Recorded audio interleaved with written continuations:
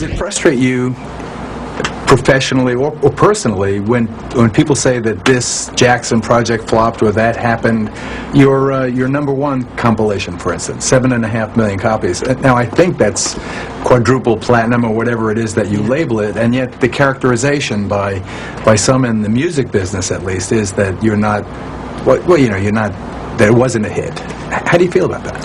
#1, I don't know which project you're talking about, but the compilation, the last one. It was compilation is it's a huge success. 7.5 million. Yes, and that's that. But how come that's not the headline? It's a huge success. Exactly. Why is the headline? Because negative news, sensationalism seem to sell more than wonderful, positive news, and people rather hear gossip, I think, sometimes, than the truth. And my last 8 albums have all entered the charts at #1, and so people like to sensationalize things and make up stories and rumors, and sometimes... Does it hurt your feelings? Do you want to scream out and say, hey, wait a second, check the numbers? It's a commonology in mankind that I don't like, that part of it, that kind of, envy. But then there's a beautiful side to mankind, too, isn't it? But not to Eminem. We've spoken about it. I think that you should. Why not? Speak about what? About Eminem and this disrespect that he showed you. I'm gonna make you dance, get your chance. Yeah, boy, shake that thing. Oops, I mean girl. Girl, you know you're my world. Alright, now lose it. Stevie Wonder said that he was piling on and how really rude it was for someone who made his money from the community, as Eminem has, to now diss the community in a sense, and a racist, and I've said it, very bold-faced, bigoted kind of presentation. Tell us how that hurt you and how you're feeling about it now. I've never met Mr. Eminem, and to have him, I've always admired him, and to have him do something like that was pretty painful as an artist to another artist. And it's sad because, well, I think what Stevie Wonder said is true.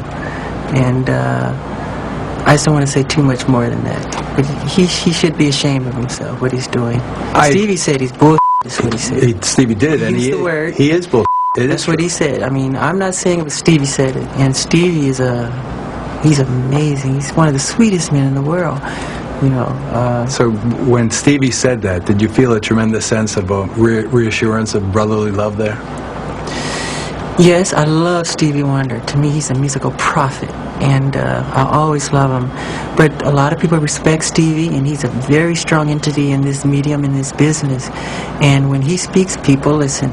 And it was wrong of Eminem to do what he did. I've been an artist most of my life doing what I do, and I've never attacked another fellow artist. Great artists don't do that. You don't have to do that. I mentioned Janet's, fiasco and the exaggerated response to it. Once again, do you think he only did it because he knew he could get away with it because you're Michael Jackson? Yeah, but it doesn't hurt, really. It's silly. It's kind of elementary, but I hope he's having fun. It's like a poo-poo joke. Yes, yeah. Well, it still hurts your feelings, and you don't want your kids to see it. Oh, God, I would hate it if they saw it. I would hate that. Do you want them to know that? To know about it? No. Yeah. Sunday night. Now, before Ramon and I offer some final thoughts, Michael addresses the very serious charges against him and that blatant grand jury leak that has poisoned the air around this case, even as the jury is being selected. Here's Michael. Finally, we studiously avoided the case. We've not talked at all about the case that's pending. You're under this gag order. I know that you have received the permission from the judge to read a statement.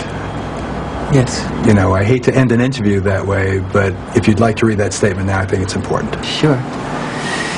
In the last 2 weeks, a large amount of ugly, malicious information has been released into the media about me. Apparently, this information was leaked through transcripts in a grand jury proceeding where neither my lawyers nor I ever appeared. The information is disgusting and false. Years ago, I allowed a family to visit and spend time at Neverland. Neverland is my home. I allowed this family into my home because they told me their son was ill with cancer and needed my help. Through the years, I helped thousands of children who were ill or in distress. These events have caused a nightmare for my family my children, and me. I never intend to place myself in so vulnerable a position ever again. I love my community, and I have great faith in our justice system. Please keep an open mind and let me have my day in court. I deserve a fair trial like every other American citizen. I will be acquitted and vindicated when the truth is told. Anything else you'd like to say? No. Yes, there's something. I would love to have the public's prayers for my children and myself. Okay, buddy, you got it. All right. Thanks. Thank you. Ramon Bain, Michael's spokesperson, final thoughts. Well, let me just say this, Geraldo. Michael Jackson is a good man. And I know that we are going to go into this thing. He has a lot of confidence in his defense. He has the love of his family. And he has maintained his innocence. And I am just appealing to people to think twice about believing everything they read. I have a few points also. Item, the family now accusing Michael Jackson once swore to LA County investigators that he had done nothing wrong. Item, they contacted a civil lawyer before they ever contacted the police. Item, it just so happened to be the same lawyer who brought a multi-million-dollar settlement from Jackson years before.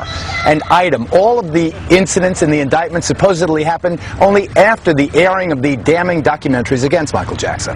Those and many other items led me to conclude that he's being framed.